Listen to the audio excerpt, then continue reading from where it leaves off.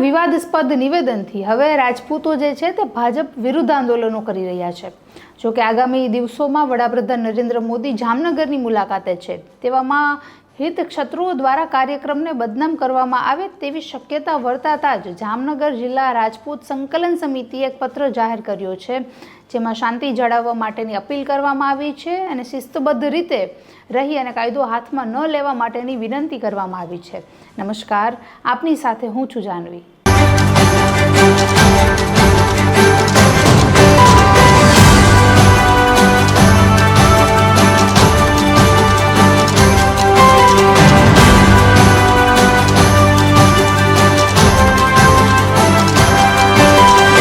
રાજપૂત સંકલન સમિતિએ પત્રમાં જણાવ્યું કે જામનગરના બધા જ ક્ષત્રિય ભાઈઓ બહેનો યુવાનો તેમજ ક્ષત્રિય સમાજના આગેવાનોને શાંતિ જાળવવા અપીલ કરીએ છીએ।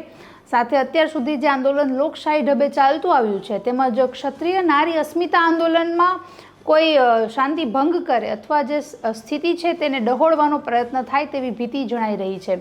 વધુમાં તેઓએ જણાવ્યું કે આવું કોઈ પણ કૃત્ય થાય તો તેમાં કોઈએ સાથ ન આપવો, તેમજ આંદોલન જે ચાલી રહ્યું છે તેનું મુખ્ય જે લક્ષ્ય છે તે 7મી મેના રોજ જે મતદાન થવાનું છે તેમાં શાંતિ જાળવવાનો છે, તો કોઈએ પણ આચારસંહિતાનો ભંગ ન કરવો અને કાયદો હાથમાં ન લેવો। શહેરના અખિલ ગુજરાત રાજપૂત યુવા સંઘના પ્રમુખ રાજેન્દ્રસિંહ જાડેજાએ વિડીયોના માધ્યમથી જણાવ્યું છે કે બધા જ મોરબી જિલ્લાના વાંકાનેર તાલુકાના બધા ક્ષત્રિય ભાઈઓ બહેનો અને વડીલોને જણાવવાનું કે આપણું જે નારી શક્તિનું જે અસ્મિતા આંદોલન ચાલી રહ્યું છે તેને કોઈ અનિષ્ટ તત્વો દ્વારા ગેરમાર્ગે લઈ જવાનો પ્રયાસ થઈ રહ્યો છે અને આપણા સમાજનું નામ બદનામ કરવાનો પ્રયત્ન થઈ રહ્યો છે, જેની માહિતી મળી છે। તેઓએ જણાવ્યું કે ક્ષત્રિય પરિવારના મારા ભાઈઓ બહેનો અને વડીલોને હું નમ્ર અપીલ કરું છું કે આપણે પૂરતી તકેદારી રાખવાની છે ને આવી કોઈ જગ્યાએ જવાનું નથી।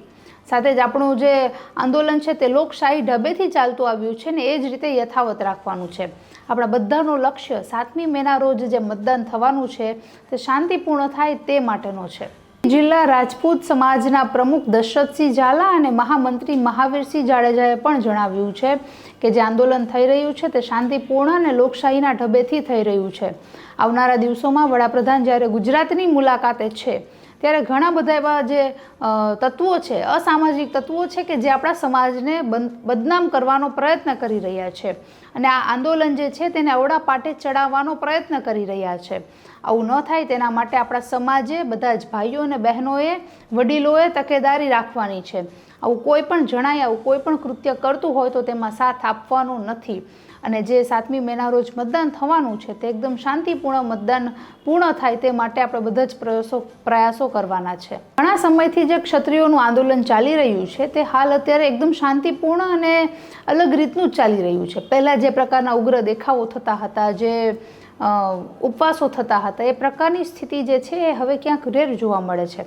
તો સાથે જ ક્ષત્રિય સમાજના આગેવાનોને એવી પણ બીક છે કે જે શાંતિપૂર્ણ અને લોકશાહીના ઢબે આંદોલન ચાલી રહ્યું છે તેમાં કોઈ બહારી તત્વો જે છે એ કદાચ આ આંદોલનને ડહોળવાનો પ્રયત્ન કરે કે અવળા પાટે ચડાવવાનો પ્રયત્ન કરે, જેનાથી ક્ષત્રિય સમાજનું નામ બદનામ થાય। તો ખાસ કરીને વડાપ્રધાન જ્યારે ગુજરાતની મુલાકાતે હોય અને જે રીતે આપણે બધાએ જોયું કે પાછળના જેટલા પણ ભાજપના કોઈ પણ ચૂંટણી પ્રચારના કાર્યક્રમો થયા હોય, સભા થઈ હોય કે રેલીઓ નીકળી હોય, ત્યાં ક્ષત્રિય સમાજના લોકો જે છે તે કાળા વાવટા ફરકાવીને વિરોધ કરતા હતા।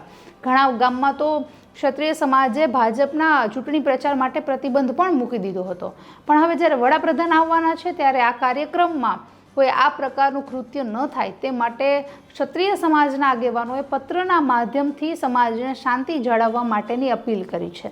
નમસ્કાર।